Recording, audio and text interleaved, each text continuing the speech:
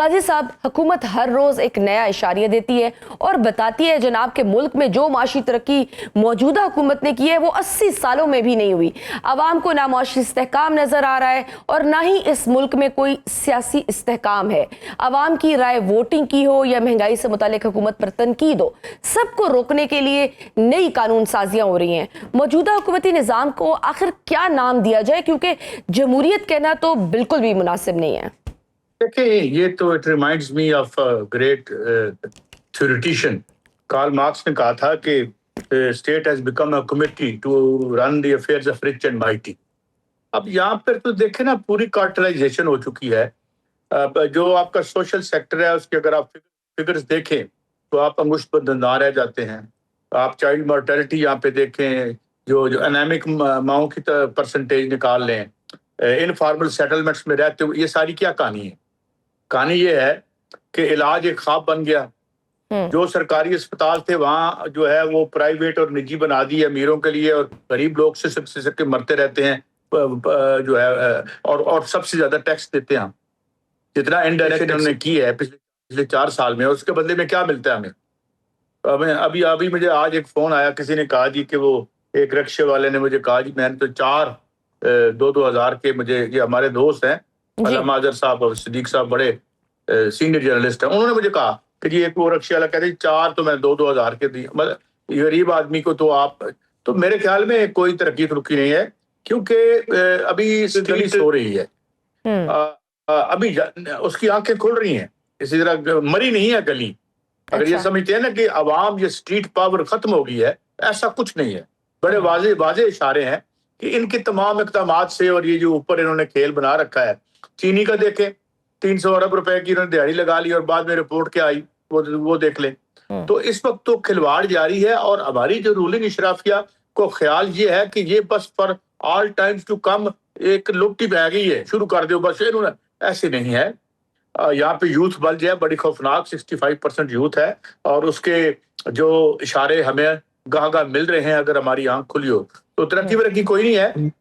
مگر تمام political parties چونکہ اوپر سے جو ایک اپریسو معاشی سیٹ اپ ہے، اس میں چاہے اپوزیشن ہو چاہے جو گورنمنٹ کی پارٹیز ہوں، ان پہ ان کا ایکا ہے، اور ابھی کوئی تیسری یا چوتھی قوت ایسی بنے گی اور بن سکتی ہے، اور ابرپٹلی بنے گی۔ تو اس لیے میرے خیال ترقی کے دعوے دعوے نہ کریں۔ حالت ان کی یہ ہے کہ ان کو اگر ایک قرضے کی ٹرانش نہ ملے تو ختم، اور قرضہ ملتا ہے تو وکٹری سائن بناتے آ جاتے ہیں، حالانکہ ڈوب مرنے کا مقام ہوتا ہے، تو نہیں ہے۔ اور یہ مجھے لگتا ہے کہ ریئلائزیشن جو ڈیپ سٹیٹ ہے یا جو مقتدرہ ہے، وہاں یہ ریئلائزیشن موجود ہے، کیونکہ گاہ کچھ ایسے جرنلسٹ جن کی گفتگو خاص قسم کی جو اوپینینز کی طرف اشارہ کرتی ہے، خاص لوگوں کی اوپینین کی طرف اشارہ کرتی ہے، وہ آ کے گاہ یہ بات کر بھی رہے ہیں۔ تو there is a problem, there is a unrest in the valley of the beast, جسے کہتے ہیں انگریزی میں محاورتاً۔ So all is not well, and اور اس کی بہتری کا کوئی یعنی 2 باتیں ہیں۔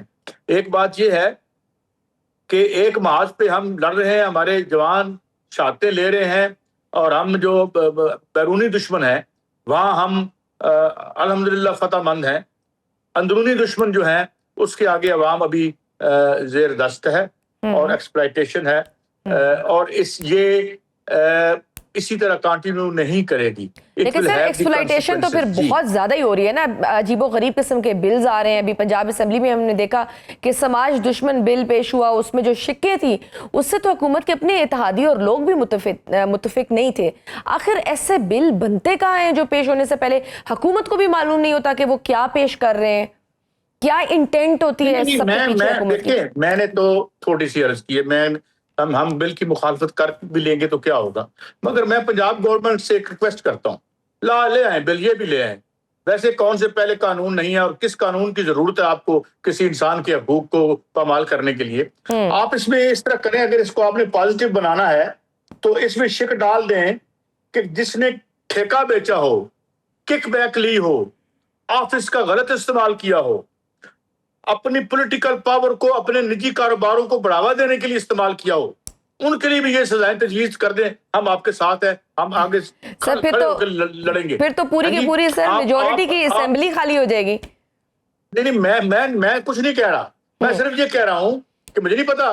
جس نے کیا ہے یہ جو اپنی پولیٹیکل پاور کو استعمال کرتا ہے اپنی نجی دولت کو, اور اس کے آپ آج دبئی کی جو سٹی گورنمنٹ ہے اسے پوچھ لیں یار یہ $11 بلین کی پراپرٹی کس کی ہے, ان کو اس بل میں لے آئے, انہوں نے کڑے پاؤ, انہوں نے یہ زمین اور جائیداداں ختم کرو, very good, we will support it. تو میں تو کہتا ہوں ٹھیک ہے بنائیں بھائی, بنانا ہے تو کون روک لے گا. اب دیکھیں نا اب جو واپس کیا پنجاب اسمبلی نے, اس میں واپس کیا کیا تم نے, انہوں نے کہا یار نہیں یہ ذرا آلہ جو بن رہا ہے نا یہ تھوڑا کند ہے, اس کی دھار تیز کرو تاکہ مرنے والے کو ذرا درد گھٹو, اے واپس بھیجے. اسپیکر اسمبلی بجائے اس کے کہ یہ کہتے کہ یہ کی کر رہے ہو یار, بڑے نرم سی, اور پھر ساتھ ایک لڑائی بتا رہے ہیں جو بہت بڑی تاریخ کے جو دو قوتیں بن گئی ہیں. ایک بن گئی ہے کون, قبلہ میرا دوست اسپیکر صاحب, اور ایک وہ جناب گورنمنٹ بن گئی ہے. اور چھوڑے یار, you are all of the same stuff. تو یہ نہ کریں. لڑائی کیا ہوتی ہے کہ جی وہ ساڈا جڑا ڈی پی او ہے وہ کیوں لاتا جے, اخیر گل کیا نکلتی ہے یہی نا. ہاں تو ادھر بھی یہی لڑائی تھی نا, قصور میں اپنی مرضی کے آفیسرز لگانے ہیں, تو اس لیے تھوڑا سا وہ جھڑک نہیں رہے تھے. کیا ہوتا ہے یہاں عوام کی کوئی لڑائی ہو رہی ہے تو یہ ایشو ہے. میرے خیال میں ہمیں یہ چاہیے کہ ہم گریجولی سماج کو اس طرف نہ لے کے جائیں جہاں پہ ایک خدا نخواستہ میرے منہ میں خاک کوئی انارکی ہو جائے, مگر آپ کے تمام اقدامات لوگوں کو دھکے دے کے اس طرف لے کے جا رہے ہیں. اللہ کرے بیٹر سینس پریویل کرے. اور سر یہ حکومت نے 2027 تک سود سے پاک مالیاتی نظام میں منتقلی کا بھی ہدف مقرر کیا ہے. آپ کی نظر میں یہ ایک حقیقی معاشی اصلاح ہے یا زیادہ تر ایک انتظامی اور سیاسی اعلان؟ اس تبدیلی کے لیے قانونی, ریگولیٹری, بینکاری, ٹیکنالوجی اور مارکیٹ کے اعتبار سے سب سے بڑے عملی چیلنجز کیا ہیں, اور کیا ہمارے ادارے اس پیمانے کی تبدیلی کے لیے واقعی تیار ہیں؟ پہلے تو میں یہ بتاؤں کہ ہمارے اس خطے میں اور علاقے میں 2 دفعہ سود ختم ہوا ہے. ایک دفعہ 1917 میں ولادیمیر ایلینوو لینن نے سوویت یونین میں ختم کیا تھا. دوسری دفعہ ہمارے خطے میں انقلاب ثور کے بعد نور محمد ترکی نے 1978 26 اپریل کو کیا تھا. اس کے بعد اسلام کے نام پہ یہ سارے جہادی آ گئے جنہیں آج کل ہم ٹیررسٹ کہتے ہیں. وہاں اس انقلاب کو توڑ کے انہوں نے وہی سودی نظام جو اللہ کے خلاف اعلان جنگ ہے اس کو انہوں نے ثابت کیا, اور ساتھ ماشاءاللہ ہولیے سارے مسلمانوں والے کام سارے جو اللہ کے ساتھ جنگ ہے. یہ نہیں کر سکتے. سرمایہ داری نظام میں رہ کے آپ سود کے خلاف لڑ نہیں سکتے, وہ اس کا فنڈامنٹل ہے. سود کو ختم کرنے کے لیے آپ کو سوشلسٹ انقلاب چاہیے, اور سوشلسٹ انقلاب سن کے تو آپ کو راتوں میں خواب میں ڈر لگتا ہے. اب جو ڈیموکریٹک سوشلسٹ امریکہ جیت رہے ہیں وہاں پہ سب ایک کریں کہ وہ کی ہو گیا یار, زوران ممدانی آ گیا, اس کے آگے 3 بندے اور جیت کے, اور ایک لہر آ رہی ہے. تو سود کو صرف 2 چیزیں ختم کر سکتی ہیں. ایک اسلام میں یہ ناجائز ہے, دوسرا سوشلزم میں یہ ناجائز ہے. لائف بلڈ ہے سرمایہ داری کا جس کے یہ سارے پروردہ ہے. اور یہ جو پاکستان کا بینکاری شعبہ ہے یہ تقریباً 80,000 ارب روپے کے حجم تک پہنچ چکا ہے. اگر اتنے بڑے مالیاتی نظام کو چند برسوں میں اسلامی اصولوں پر منتقل کرنا ہو تو پھر بینکوں کے آئی ٹی انفراسٹرکچر, انسانی وسائل, رسک مینجمنٹ, معاہداتی ڈھانچے اور شریعہ گورننس میں کس نوعیت کی سرمایہ کاری درکار ہوگی, اور اس کی قیمت آخر کون ادا کرے گا؟ یار یہ تو چھوڑے نا, ابھی جو انہوں نے یہ ابھی لوگوں کو محروم کیا ہے اس سے, جو وہ لوگوں کے سیونگ اکاؤنٹس تھے جی شریعہ کمپلینٹ کر دیا, چپ کر کے اختیار دے دیا بینکوں کو کہ آپ کے جو پیسے پڑے ہیں اس کا جو مرضی ہے وہ سود لگا لیں یا نہ دیں, کم دے دیں.